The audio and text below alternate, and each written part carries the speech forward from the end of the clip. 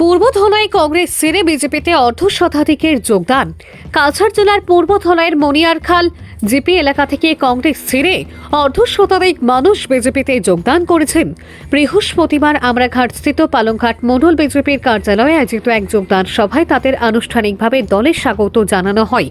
অনুষ্ঠানে উপস্থিত ছিলেন নিহার রঞ্জন দাস, বিধায়ক সহ অন্যান্য নেতৃবৃন্দ। নবাগতদের দলীয় উত্তরীয় ও টুপি পরিয়ে বিজেপিতে স্বাগত জানান। সভায় সভাপতিত্ব করেন মণ্ডল সভাপতি অপূর্ব দাস। উপস্থিত ছিলেন ধলাই বিধানসভার নির্বাচনী আহ্বায়ক শীতাংশু দাস, প্রভারী রাহুল ভট্টাচার্য, পরেশ তাঁতি, স্বপন দাস, অজয় কৃষ্ণদেব প্রমুখ। বক্তারা বিজেপি সরকারের উন্নয়নমূলক কাজকর্ম এবং বিধায়ক নিহার রঞ্জন দাসের ভূমিকার প্রশংসা করেন। তাদের বক্তব্য, উন্নয়নের ধারায় অনুপ্রাণিত হয়েই মনিয়ারখাল এলাকার বহু মানুষ বিজেপিতে যোগদান করেছেন। নিজ বক্তব্যে বিধায়ক নিহার রঞ্জন দাস বলেন, মনিয়ারখাল এলাকা থেকে অর্ধ শতাধিক মানুষের যোগদানে এলাকায় দল আরও শক্তিশালী হবে। আসন্ন বিধানসভা নির্বাচনকে সামনে রেখে দলীয় নীতি ও আদর্শ মেনে সকলে একসঙ্গে কাজ করবেন বলেও তিনি আশা প্রকাশ করেছেন। কোনো একটা দল থেকে যখন কেউ অন্য দলে আসে, তার মনে কিছুটা না কিছুটা শঙ্কা থাকে যে আমি এই দল ছেড়ে ওই আর একটা দলে যাচ্ছি, সেই দল কি আমাকে ঠিকভাবে গ্রহণ করবে, ঠিক না? এরকম একটা থাকে। কিন্তু আপনারা লক্ষ্য করে দেখবেন, ভারতীয় জনতা পার্টিতে যারা এসছে তারা প্রত্যেকেই যোগ্য সম্মান পেয়েছে, এখানে দুজন শিক্ষক আছেন, শ্যামদেব কাহার মহাশয় আর গোপাল হাজাম মহাশয়।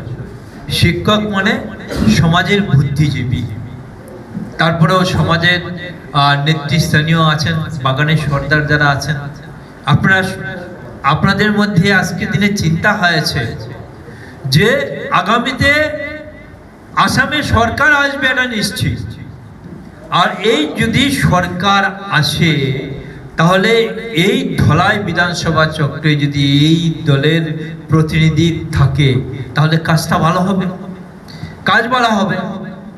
আজকের দিনে ডক্টর হিমন্ত বিশ্ব শর্মার নেতৃত্বে যেভাবে আসামের উন্নয়ন হচ্ছে, এই উন্নয়নকে এগিয়ে নিয়ে যেতে হবে।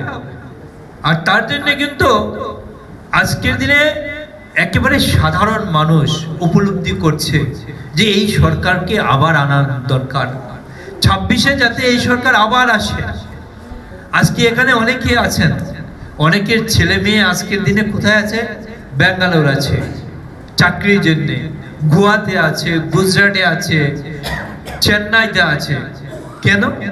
চাকরির জন্য গোয়া, চেন্নাই, তেলেঙ্গানা এইসব জায়গায় কেন যাচ্ছে? যাচ্ছে একটা কারণে, আসামে কর্মসংস্থানের অভাব আছে, আসামে ইন্ডাস্ট্রি কম আছে, উদ্যোগ কম আছে, যার জন্য কাজের জন্য ছেলে মেয়েরা আজকে বাইরে চলে যাচ্ছে। আমাদের মুখ্যমন্ত্রী ডক্টর হিমন্ত বিশ্ব শর্মা কি করছেন যে এই ছেলেদেরকে কিভাবে আটকানো যায়, তারা বাহিরে না গিয়ে আসামে কিভাবে উপার্জন করতে পারে, মা বাবার পাশে কিভাবে থাকতে পারে, তার জন্য কি করছেন উনি অ্যাডভান্টেজ আসাম 1, অ্যাডভান্টেজ আসাম 2। আমরা লক্ষ্য করেছি যে অ্যাডভান্টেজ আসাম 2-তে 5,19,000 কোটি টাকা এই আসামে ইনভেস্ট হবে বিভিন্ন উদ্যোগপতির মাধ্যমে। উনি বিদেশ যাচ্ছেন বা ভারতের বিভিন্ন উদ্যোগপতিদের সঙ্গে বিভিন্ন সময় মিটিং করছেন। এবং আমরা একটা জিনিস লক্ষ্য করেছি, ইতিমধ্যে 1,43,000 কোটি টাকার কাজ কিন্তু আসামে শুরু হয়েছে। 81টি প্রজেক্টে বিভিন্ন উদ্যোগপতিরা এখানে আসামে ইনভেস্ট করছে। আমাদের জাগির রোডে কি হচ্ছে? সেমিকন্ডাক্টর প্রজেক্ট হচ্ছে।